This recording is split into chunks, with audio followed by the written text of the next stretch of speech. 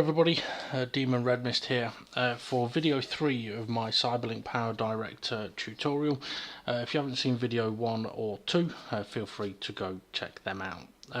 This video is going to be about video creation, and again, live videos 1 and 2, or the rest of the videos really, I'm going to try and show it in a very simple form. So if you're looking for anything really fancy here, you're not going to get it. This tutorial is basically sort of like a beginner's guide, how to get you started, with a couple of potential little tricks that I happen to use.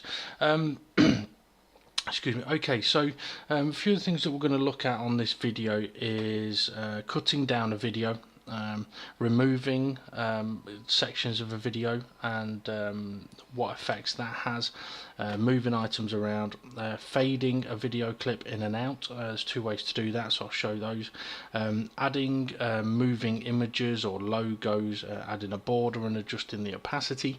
I'm going to show some of the modifying tools, like the keyframe tools, how to put a video into slow motion or reverse a video, how to unlink video and audio, and then one of the little tricks I like to use is when you basically whether to use a video or a bit of imagery, a picture, for fading certain things in and out, but I'll get onto that anyway. Okay. When you have imported your files, I've already imported a number of files here that I'm going to use on this particular little project. You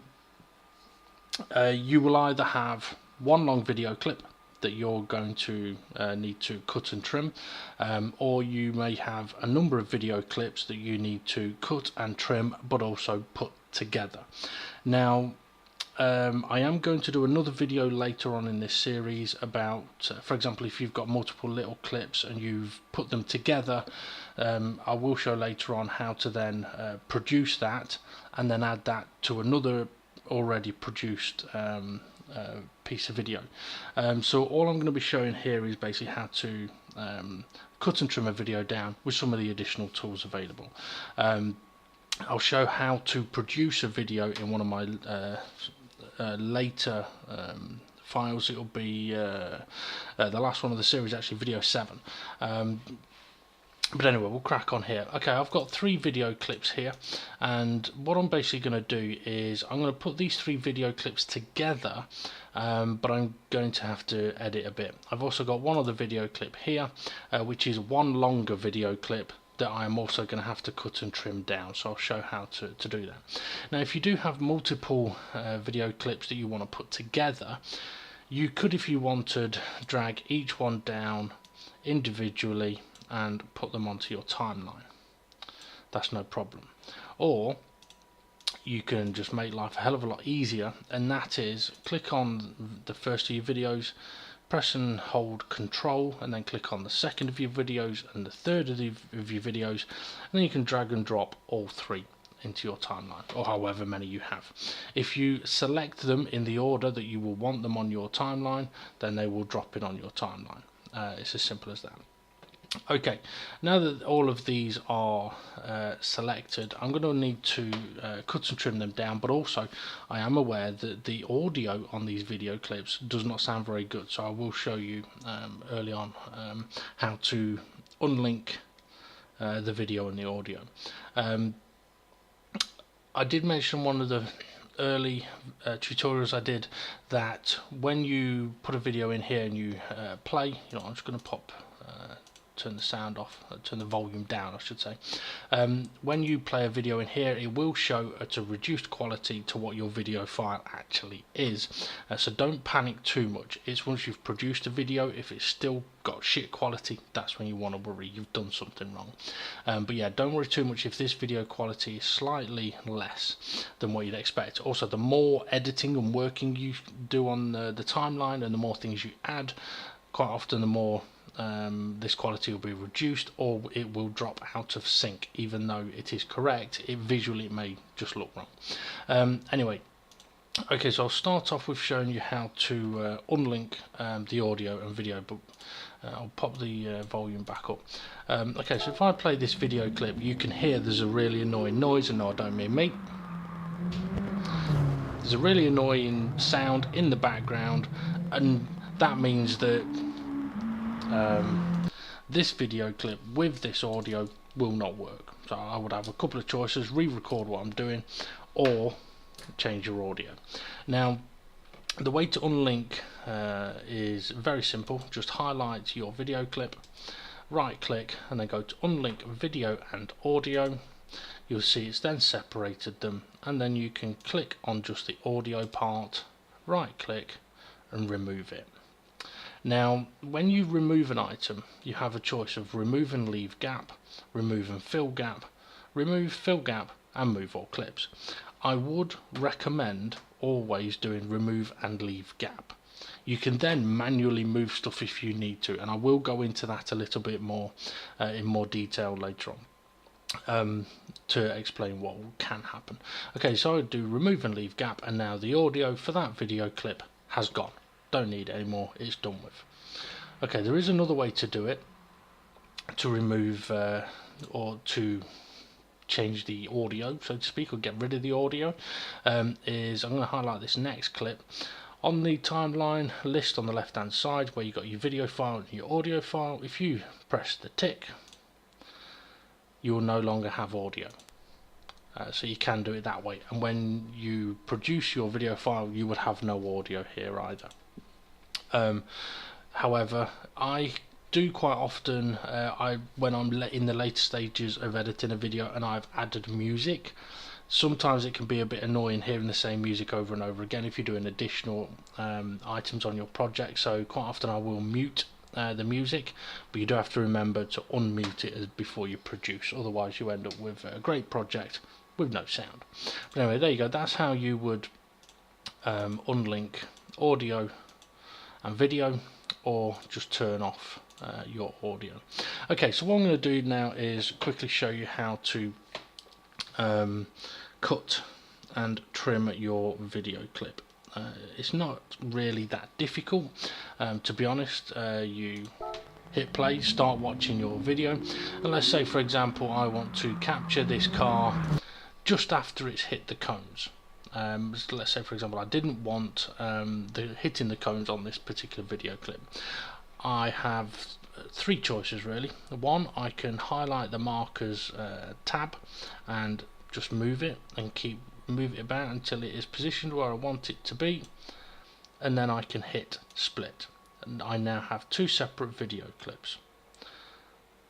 Or, let's move the marker out of the way, I can highlight this tab and move to any point within the video clip or the whole video movie. So you can do it quite quickly. So I'll get to just after hitting the cones again. There we go, and then hit split.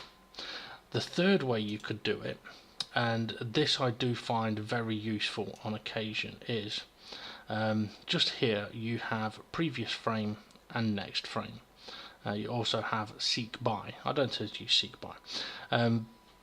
So you can go frame by frame, and what you'll see just here on the clips or the movie's time frame, if I actually highlight a clip, it will show a clip's time frame. So if I move the banner here, this is 7 seconds into this video clip. If I then click movie, it's a total of 1 minute 36 into the whole video. But anyway, that's useful to know a little later on maybe. Okay, so I want to get basically up to where just after hitting the cone, so I can hit on next frame and go by one frame at a time, which is very handy. However, once you get to 0529, it will then jump to 0600 on the next click. 0600. Why it does that, I'm not entirely sure, but that's just the way that it works. But it still goes frame by frame, and going frame by frame can be very good if you want to get specific points of your cut. Let's say for example I wanted to make sure that this cone was off the screen. I can go forward one and one more clip and then split. Once you have split, this is where removing and leaving gaps comes in very importantly. Now I would always clip and crop my video that I need before I add anything else to my project. Otherwise all the other stuff you work on could be affected. I will show that in a few moments, the effect that it can have. So when you're just working on your one and only video clip, I know now that this particular portion of the video I no longer need, so I can right click on it and remove. And I could remove and leave gap. I know I said that's the one to always do. However, because I'm working on one video clip here, and this is going to be the very start of the video clip, I know I can do remove and fill gap. Only do remove and fill gap when you are working with items only on one row. If you have other row items on other rows, do not do remove and fill gap.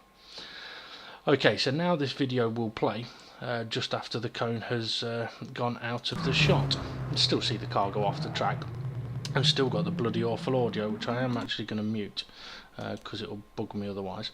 Okay, if I now want to let's say for example stop there, that's all the footage I want of that video clip. I've now got all of this part of the video that I no longer want. It's very simple, just hit split again and click on it, highlight it, and then we can remove. And this is where now I would always go remove and leave gap, for two reasons. One, if you're working on a very big video file and you're going to have multiple items to remove, you basically create yourself ready for processing, so to speak, or post first cut, and still to be dealt with. So if you've got a massive video and it's going to take you a long time, you have to save it and come back to it. When you come back, you'll know, right, this stuff I don't need to touch, this stuff still needs editing. Okay, so then go on to the next video clip. It's pretty much a similar video clip, except for much more stylish. Okay, now I want to go past the part where I cut it before. I'm going to go to where the camera changes. Right, the camera's now changed. I'm going to back it up actually using the frame rate. Go to previous frame rate. Okay, now I'm going to cut that there, and I can remove this item and leave the gap. Okay, so this is where I want to start the video part from, so I'll play it on. I mean, this is a very simple process to use, very simple process.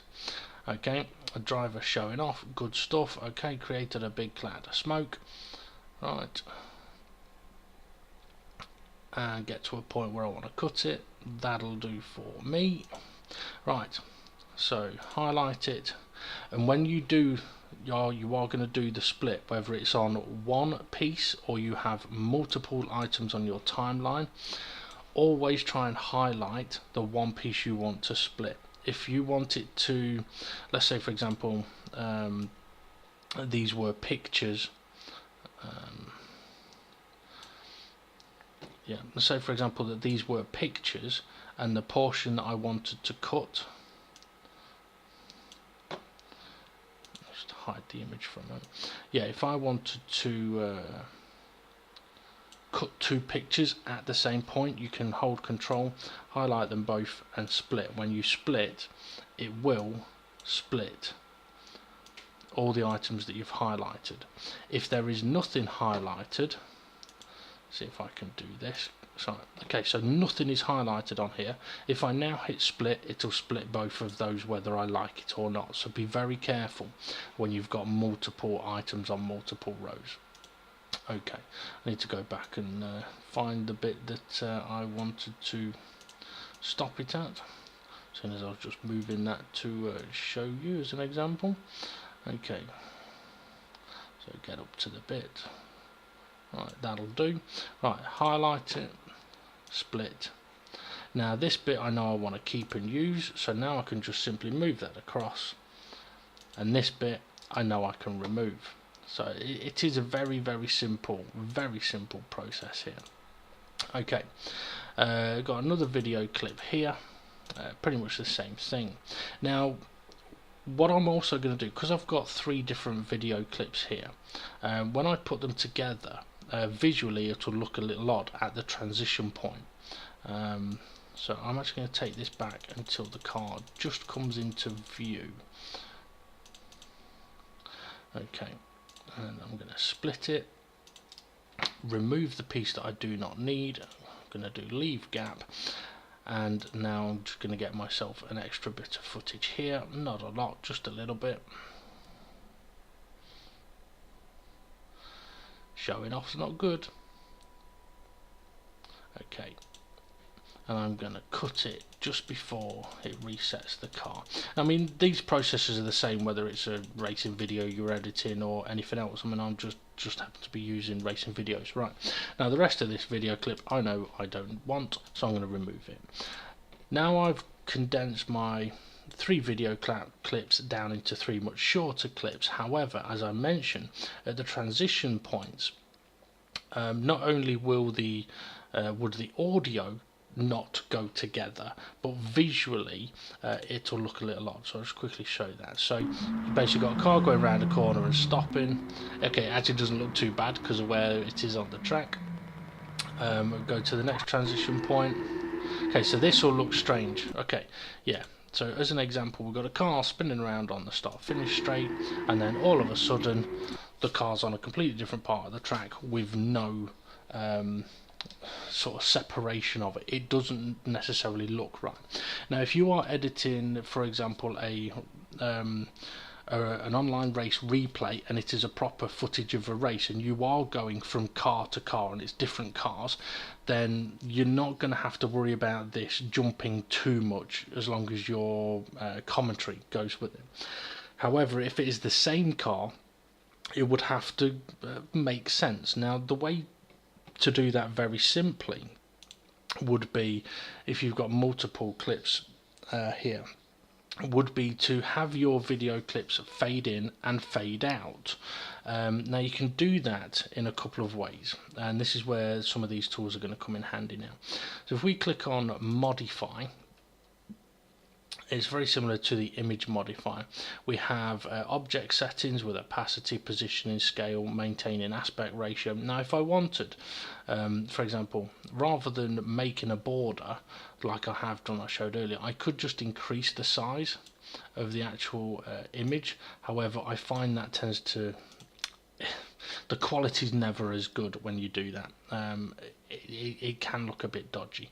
Okay, you've got Chroma Key. Personally, I never use that. Make sure you know the basics before you really get into trying to use the Chroma Key. Shadow, well, we're not going to use that on this type of video, but it is basically, it would add a shadow effect if you had a much smaller screen or piece of video that we're using. But for what this video is for, you don't really need the shadow. Border, you can use the border. It will add a border around your video. However, you do have to make sure that all of the border fits into the actual screen size. Otherwise you can end up with very wide borders on the edge and very thin ones at the top and bottom. Doesn't look as good. Now admittedly, you could just create a border like I've made earlier. I use paint.net, but you could create your own border if you like, but again, it's not that good on this particular software. Okay, so let's get rid of the border. Right, you have flip, which is very good if you've got copyright and stuff and you don't want it to get done. You can flip it. That's how people do it. You may have seen TV programs on YouTube or whatever, and you go, hang on a minute, I'm sure that was actually the other way around. That's how people do it. So you can flip the image, flip it upside down or left to right. But we're not going to use that. It can be a handy tool though for if you want to make things look a little bit cool. But the bit we're interested in right now is the fades.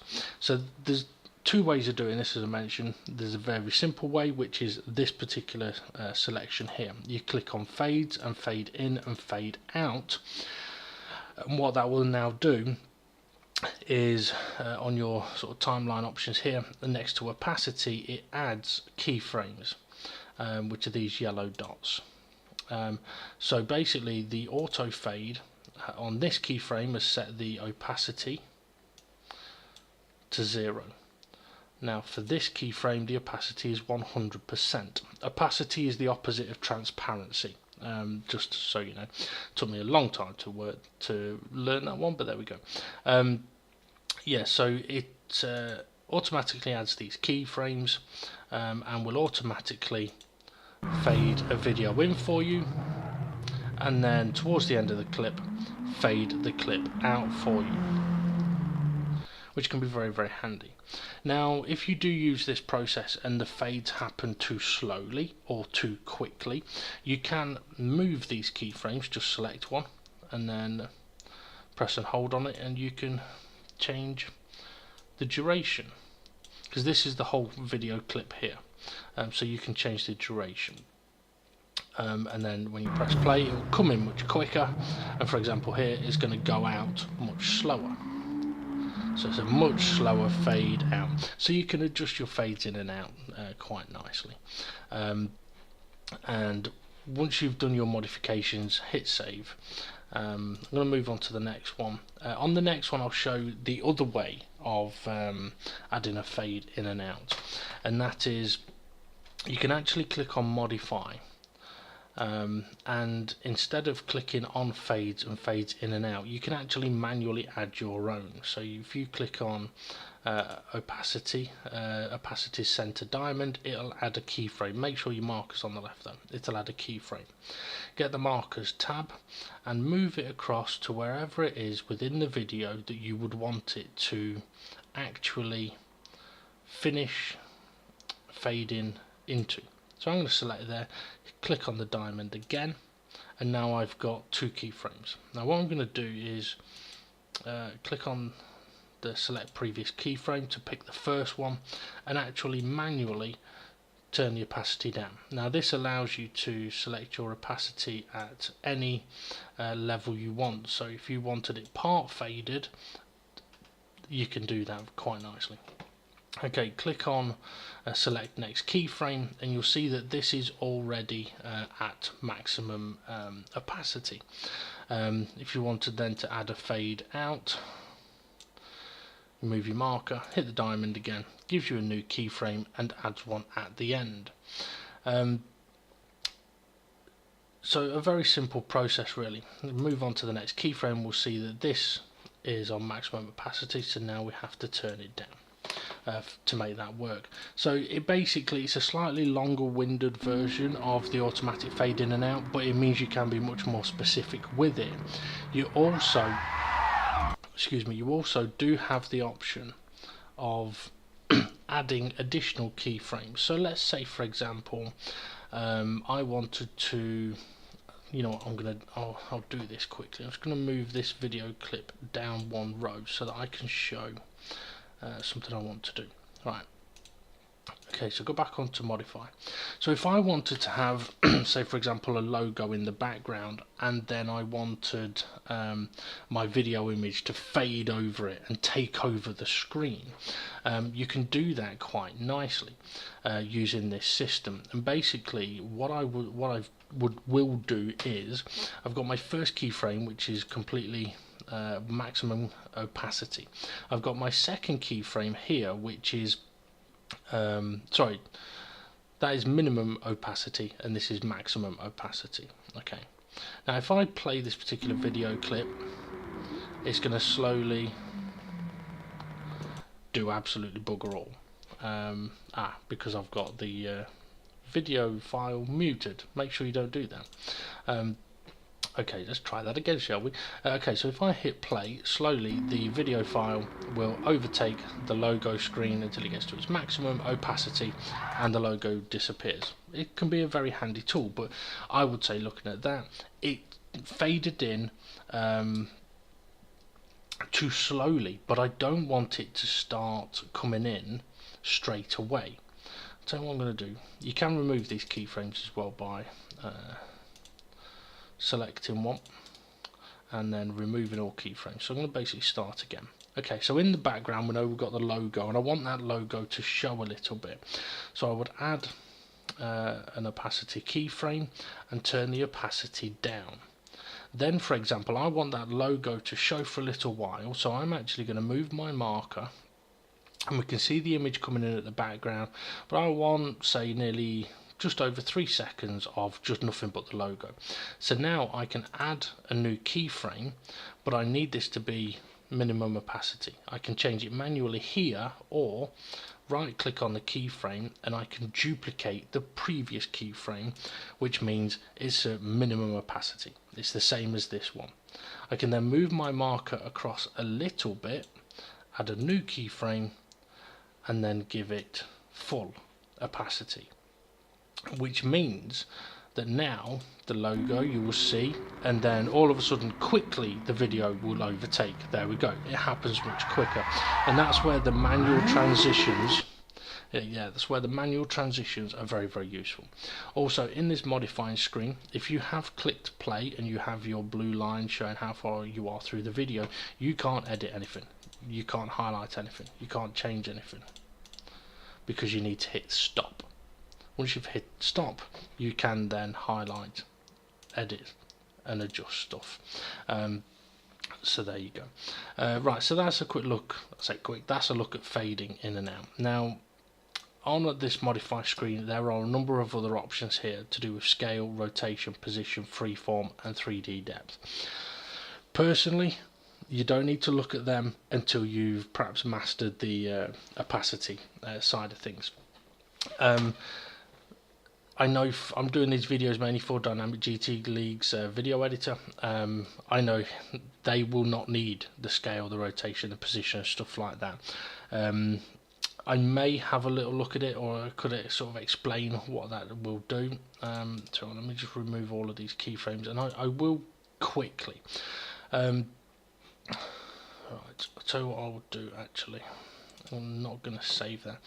Let me just move this video clip out of the way. Right, okay, this logo, although it is an image, it is on a video file, which means it is actually showing as a video, which means if I click on modify, it should have the same options down in the modify bit. It does. Okay, so I will give it a quick little show of what these items do. Scale is pretty much exactly what it says in the tin. It affects the size of what you've got on your screen. So if I add a keyframe and then move my marker across and add another keyframe, what I can then do is, on this particular keyframe, I can adjust the size of this particular logo, for example. If I then go to the next keyframe and position the logo in its full glory, and then I'm going to hit stop, when I press play, hopefully that should actually be down there. This was something I did get a little bit frustrated with when I was doing a particular video. The scaling option is not brilliant, because for example I want this, when it's maximum scaled, to be in all its glory, as I mentioned. However, when I position this particular keyframe, it adjusts where the secondary keyframe is. But anyway, I'll show this for the scale. Right, so this now, when I press play, is going to get larger. And you can make it go bigger, you can make it go smaller, you can make it go bigger and smaller and bigger and smaller if you wish. Feel free to play about with that. So that literally does just affect the scale of the item that you are modifying. Okay, with the rotation, it is kind of a similar sort of process. If I add a rotation keyframe on the same points, okay,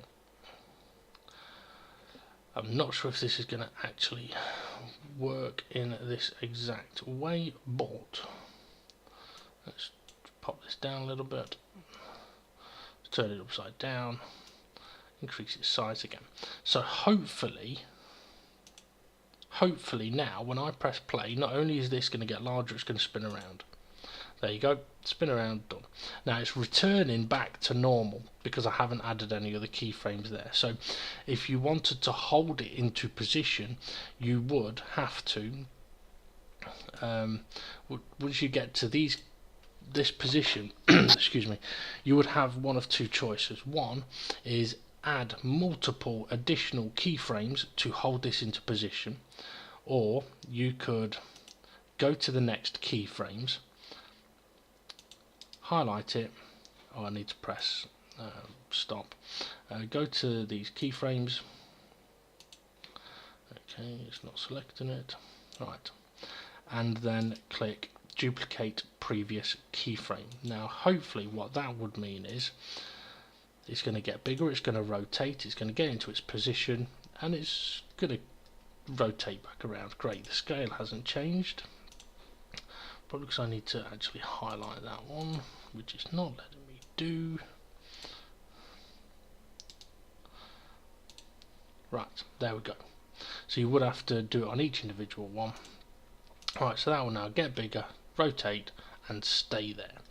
If you don't want to faff about doing the extra stuff, one of the things you can do is, for example, you could get your sort of video up to this point, not necessarily on here, but you could basically take a snapshot of this and then you replace your video with that snapshot. Okay, if I hit save on that, so for example, play the video, it's now upside down.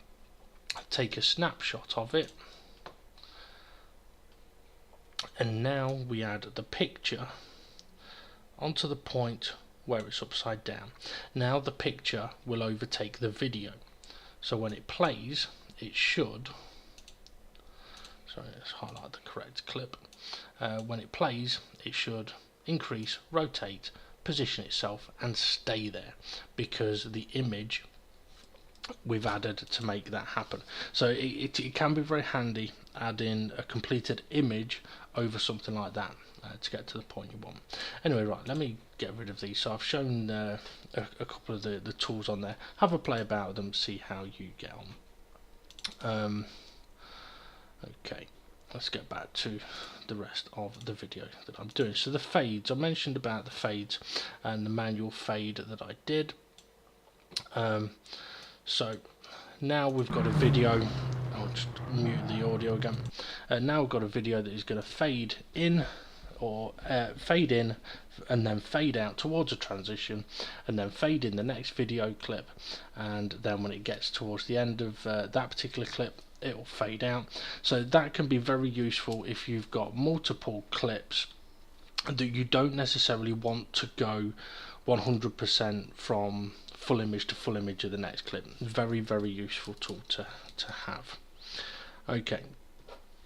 Now the next thing I was going to show was adding a moving logo, which is something I will do. Now I don't need the multiple video clips here, so I'm actually going to remove those for the moment and just show on the one.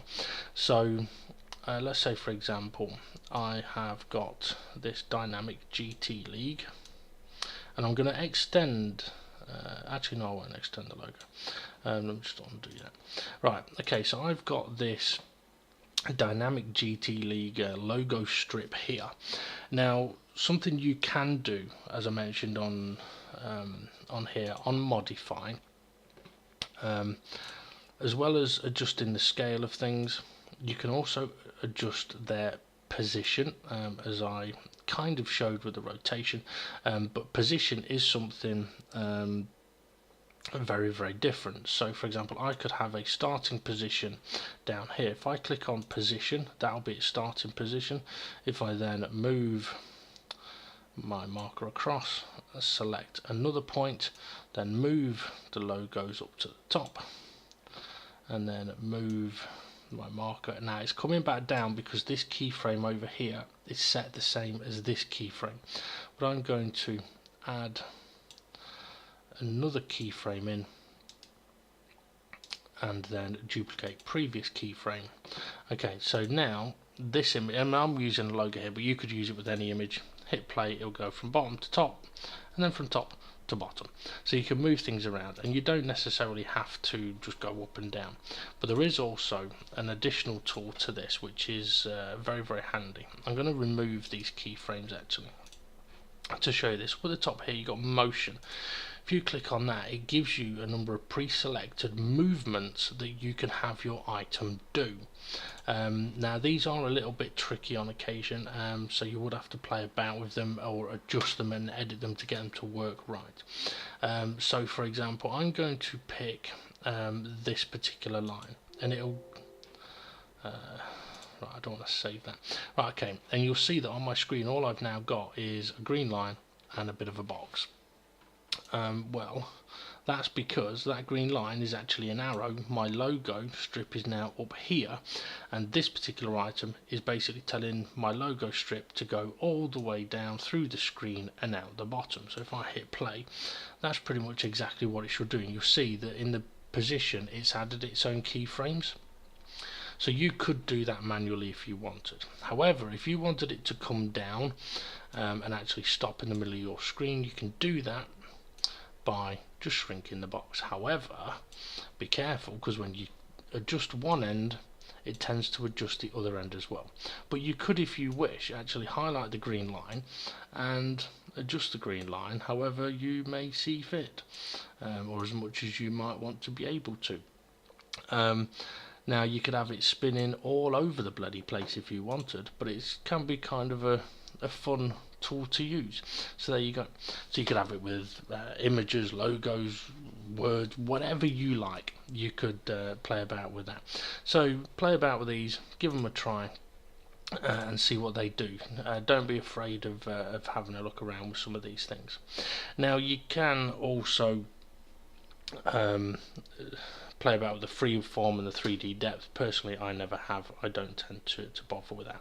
You can also add a motion blur if you like, but again, it's not something that I've really used or played with, especially if I'm having stuff that's got quite a transition on it. Sorry, not transition, quite transparent on it. Okay, so that's that shown to you anyway. So yeah, have a play about with those and see how you get on. Right, remove that. I'm going to get back to having the 3 video clips on. Now, when you do have multiple video clips and you're making one big file, if you do want to have something like a border around them, like I've made for Dynamic GT League, you can add that quite simply by dropping it into the next column. I'm going to sneeze.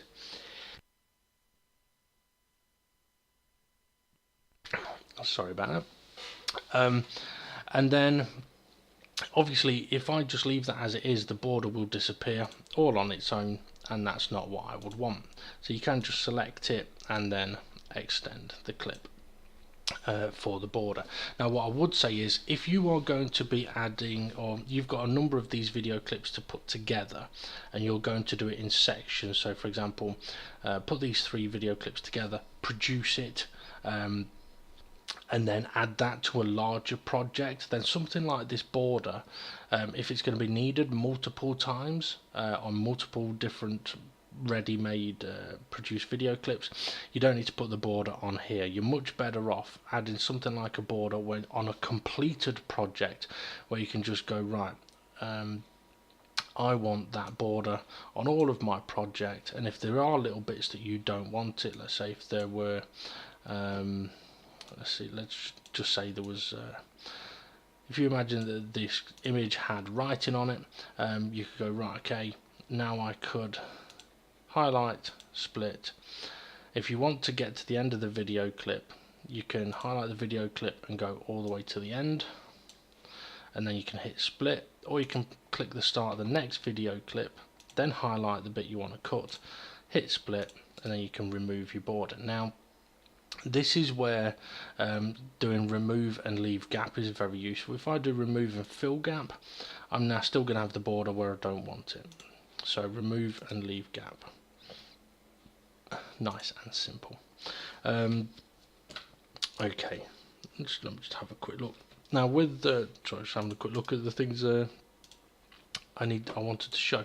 Right, okay, with things like the border, you can modify these, overlaying images you can modify. So if I wanted to have it slightly more see-through, I can, or adjust the transparency on it, you can. You can pretty much do what you would do with a normal video clip, all types of editing with it, or addition. You can flip it, not that you need to with this kind of thing, or you could fade it in and out.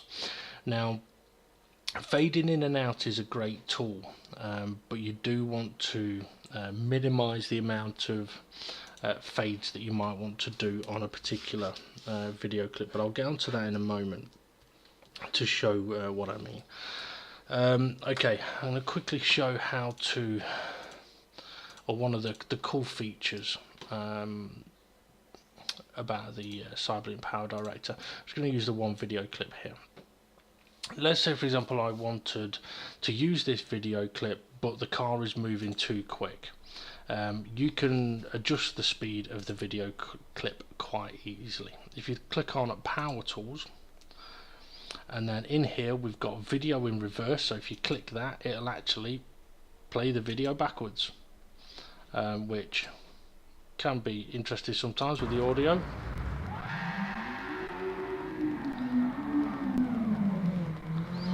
So yeah, so that's now the video playing backwards. Now if it was something just more graphically artistic or something like that, it's a feature that can work very, very well.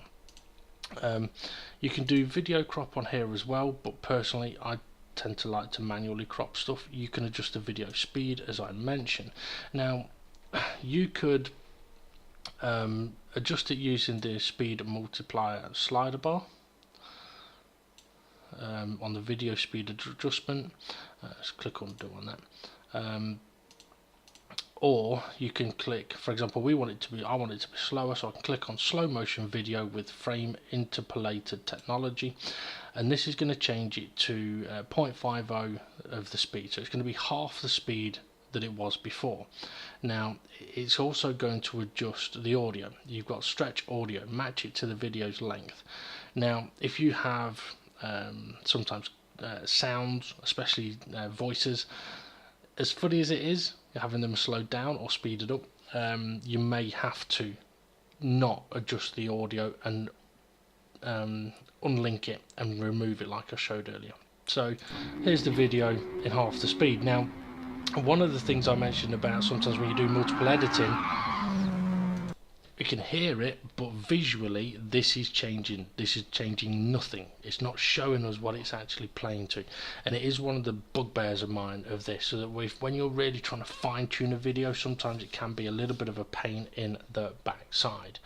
But that is where I would tend to try stopping and playing it again a few times, or actually if it's a small clip, save it, produce it, and then see what it's like on the production, because as you see, not only is it not playing and showing me what it's doing, I've got the audio, but my marker isn't even moving, so it can get very frustrating. But the slow-mo tool can be very, very useful, especially for artistic or more emotional sort of effects. But yeah, again, it doesn't play, and it is a bit of it is something that does piss me off a bit, to be honest. However, when I have done video slow-mo, it's not that much of a problem, because it only tends to be very small bits that I've done slow-mo on, and it's very easy to go, right, I think that's right, I'll produce it and then adjust it from there when you can actually see it. Okay, so that's slow-mo and reverse shown to you. I'll just check. So I have shown how to cut down a video, how to remove and leave gaps. However, I am going to show the effect of that in a moment. Moving items around, fading in and out, adding a moving logo or image, and adding a border. Okay, right, so on to the last couple of items that I'm going to show. I mean, more than likely it's going to end up being another long bloody video. It's meant to be a short one, but okay, right. I'm going to show you this image I have here. It's the border. You've already seen it before, and there's quite a bit of writing on this border. Now, when it came to actually adding the writing and the logos and stuff like that on it, I did do that on a different program, Paint.net, but I could do it on Cyberlink Powerdirector if I wanted to. But let's say, for example, we have this image, this border, and we click on modify, and we want it to fade in and out. It'll fade in and out quite nicely, all in one. It'll fade in, and all together it'll fade out. However, if I was in the process of actually creating that image, so for example, I've got the border, I'm going to get the logo, I'm going to resize the logo, and also the dynamic GT league that goes at the bottom. Right. Okay. So I've basically finished this image off on my project. Sweet. If I then added my video clips, or my completed video clips that I'm going to add on to this starting image, so to speak, good stuff. Right. Now I want this to fade in and out, so I'm going to click on modify, and I'm going to click on fades and enable fade in and out, and save and play. It's not going to work because the logo and the dynamic GT league, the bit that I've added, are not fading in and out because they are not part of that image. So this is where what I would tend to do is, if I have a background image like this where I've added other items on, like I have done with the logo and the writing, but I want them all to fade in and out together, I would then take a screenshot of my complete image and then find it, and then you can drag it over, and when you cross an item over another, like I have done here, you have a few options. One is overwrite, so it will just get rid of the other bit and put this in. Another is insert it. If you do insert, it will basically put it in to the left hand side and move all of your clips over on that row. If you do insert and move all clips, it will insert it and move every clip on your timeline across, so be very careful when you do that. But I would do replace. Crossfade you can use to fade from one image to another, but that tends to be more useful for music. Anyway, so I'm going to click replace. When you do replace, it is going to basically copy all of its fade in and fade out features, and because that is the completed image, I can get rid of these two, and now I have the completed image that will fade in and fade out together. So it's a very handy little trick there. So rather than having to actually individually sort out the fades on each individual item, if it results in a complete image, do it that way. Okay, so that is that shown. And what was the last thing I was going to show? Yes, an example, or a better example of removing and leaving the gap, or what that does. Right. Okay, let's say for example we have our, I'm just going to add a load of things onto this particular video, just so that I can, actually no, I won't put that one there, I'm going to put that onto a lower thing. I basically just want to show the effect that having multiple items and then moving your clips, and this is mainly more for, especially for sounds, but if you do this wrong you can completely cock up any project that you may be working on. I'm just going to make this bigger. You can also copy, I mean I showed about copying and pasting on wrong thing selected there, showed you about copy and pasting on the previous video, but anyway, I do just want to add a load of things, and hopefully, right, and then I'm just going to add a couple of splits in here. You don't need to worry too much about what it is that I'm actually doing right now. I'm just preparing for what I want to show you. Right, okay. Probably won't bloody work now, but there we go. Right, so on my timeline I've got multiple items here. This is just an example of potentially a project that's, say for example, near completion, and I've got audio on it. Up here I've got songs on it, I've got additional images on it, and things like that. Now, one of the things that you do have to be very careful of is, let's say for example on so I'm going to just remove this piece of music, don't worry too much about that for the moment. Right, okay, let's say for example on this particular video clip, I realise, okay, there's a part of this video in the middle that I no longer want. So I'm going to get rid of it. So if I do split, and okay, I'm now with the next bit I want to get rid of, up to where I want to get rid of. Right, okay, so this highlighted bit is the bit I want to delete. So if I do remove and fill gap, that's not too bad, you wouldn't think. However, if this piece of music was in line with your video here, it now no longer is. It's out of sync, as is the image, the other sound, this image, that image, that image. Everything is out of sync to this row. Okay, so if I back it up so that the piece is still there, right click, if I do remove and fill gap and move all clips, you might think great idea. But it has moved this clip, this clip, this clip, this clip, but not that one and not that one, because this clip precedes this point, so this doesn't move.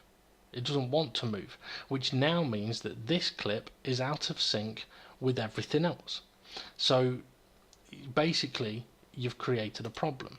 However, if you highlight it, remove and leave gap, nothing has changed, nothing is wrong. And let's say we want this image to stay, we want this, the start of this clip, this image, that's lined up properly, and the end of it is lined up properly to where it needs to be in the video.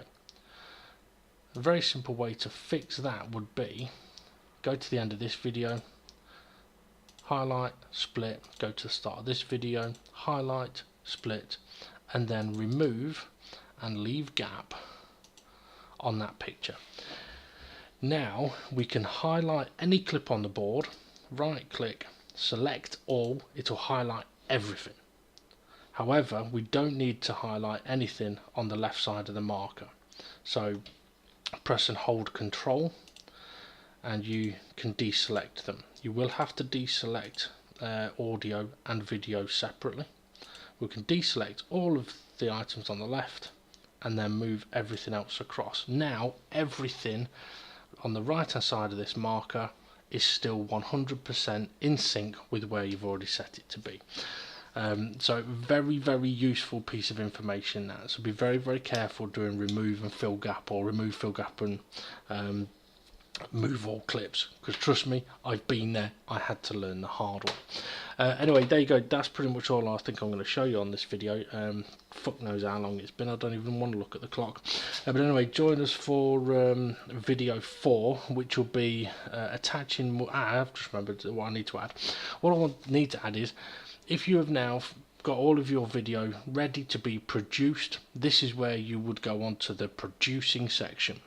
Now for my guide on that, you're going to have to check out video 7, because I want to go through attaching multiple processed videos together. So if you had multiple clips that you've edited and processed and you've produced, but you want to put them all together into one big movie, that's what I'm going to show how to do on the next video. On video 5 it will be voiceovers, video 6 will be inserting music, and then video 7 will be producing videos. Okay, yeah, so if you're interested, come and check out those. Right, see you later.